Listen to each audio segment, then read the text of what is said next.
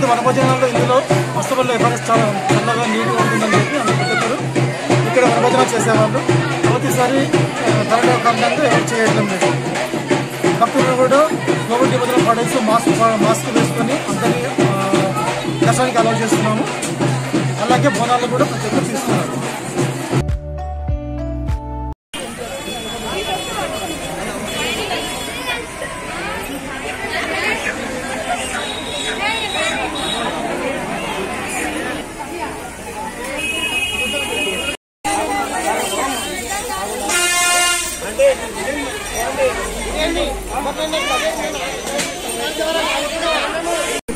నల్లపోచమ్మకి బోనం సమర్పించుకుంటాం. అలాగే నైవేద్యం పిల్ల పాపలను చల్లంగా విడమని ఆ తల్లిని శరణు వేడుకుంటాం.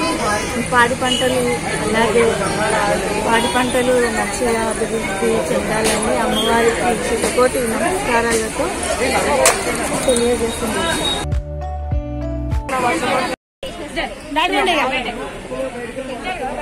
దండల్లో తీసేయండి. ప్రతిసారి బోనాల పండుగ చాలా బాగా సంగారెడ్డిలో ప్రతిసారి బోనాల కోసం మాకు మంచిగా చూస్తుంది. ప్రతిసారి కోడిని కోసి బోనాలు తీస్తాము. ఇంకా ఓడి బియ్యం సమర్పిస్తాము.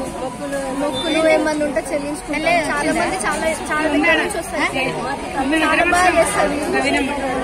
ఆయన నమ్ముకున్న వాళ్ళకి అందరికీ చాలా బాగా చేస్తుంది. అందుకోసమని మేము కూడా చదువుకోవాలి. అమ్మవారు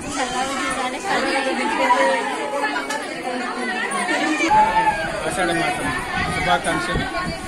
అదేవిధంగా సంగారెడ్డిలో అస్తపల్లి అనే ప్రాంతంలో ఇది ఫ్రూట్ రీసెర్చ్ సెంటర్లో ఉంటుంది. ఈ అస్తపల్లి తోటలో ప్రతి సంవత్సరము జిల్లాలోని భక్తులందరూ వచ్చేసి ప్రతి సంవత్సరము పండుగలు నిర్వహించుకుంటారు. ఒక్క చెట్టు కూడా ఖాళీ ఉండకుండా ఉండేది. ఈ 2 సంవత్సరాలుగా కరోనా రావడం వల్ల ప్రజలకు ఇబ్బందిగా మారింది. కరోనా వల్ల ఈ పండుగను జరుపుకోలేకపోతుంది. కరోనా వెళ్ళిపోయి అమ్మవారికి ఈ కరోనా వెళ్ళిపోయి తొందరగా కరోనా వెళ్ళిపోయి వచ్చే సంవత్సరం అందరూ ఈ పండుగ సంబరాలను విజయవంతంగా జరుపుకోవడానికి అమ్మవారు జీవిస్తారని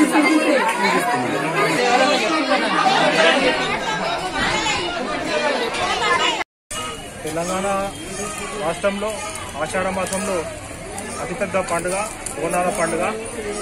ఈరోజు మరి ప్రతి పల్లెల్లో పట్టణాల్లో గ్రామ దేవతలకు మహిళలు బోనాలతో అదేవిధంగా కుటుంబం సమేతంగా వచ్చి నైవేద్యాలు ఎక్కించి మొక్కులు తీర్చుకుంటారు. కొంతమంది ఆటలు, కొంతమంది పూలను మరి బలిచ్చి అమ్మవారికి మొక్కులు తీర్చుకుంటారు. మరి ఈరోజు తెలంగాణ రాష్ట్రం ఏర్పడిన తర్వాత ఈ బోనాల పండుగను అధికారికంగా జరుపుకోవడం మరి మన చారిత్రక పండుగలకు గుర్తింపునివ్వడం అనేది పేర్కొనవచ్చు.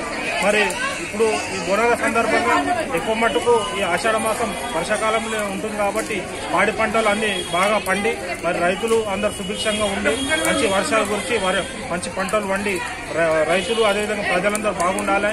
ప్రభుత్వాలు, కేంద్ర రాష్ట్ర ప్రభుత్వాలు ప్రజల కోసం మంచి సంక్షేమ పథకాలు ప్రవేశపెట్టి ప్రజల యొక్క పేదరికాన్ని అదేవిధంగా నిరుద్యోగాన్ని తొలగించాలని మేము కోరుకోవడం జరిగింది. అందరూ బాగుండాలి, అందులో మేము ఉండాలని మరి అమ్మవారికి కోరుకోవడానికి ఈరోజు మరి ఆలయానికి వచ్చి సంగారెడ్డిలోని నల్లపోచమ్మ ఆలయం అదేవిధంగా అస్తపల్లిలోని రేణుకా ఎల్లమ్మ తల్లికి మేము మొక్కులు చెల్లించుకోవడం జరుగుతున్నది.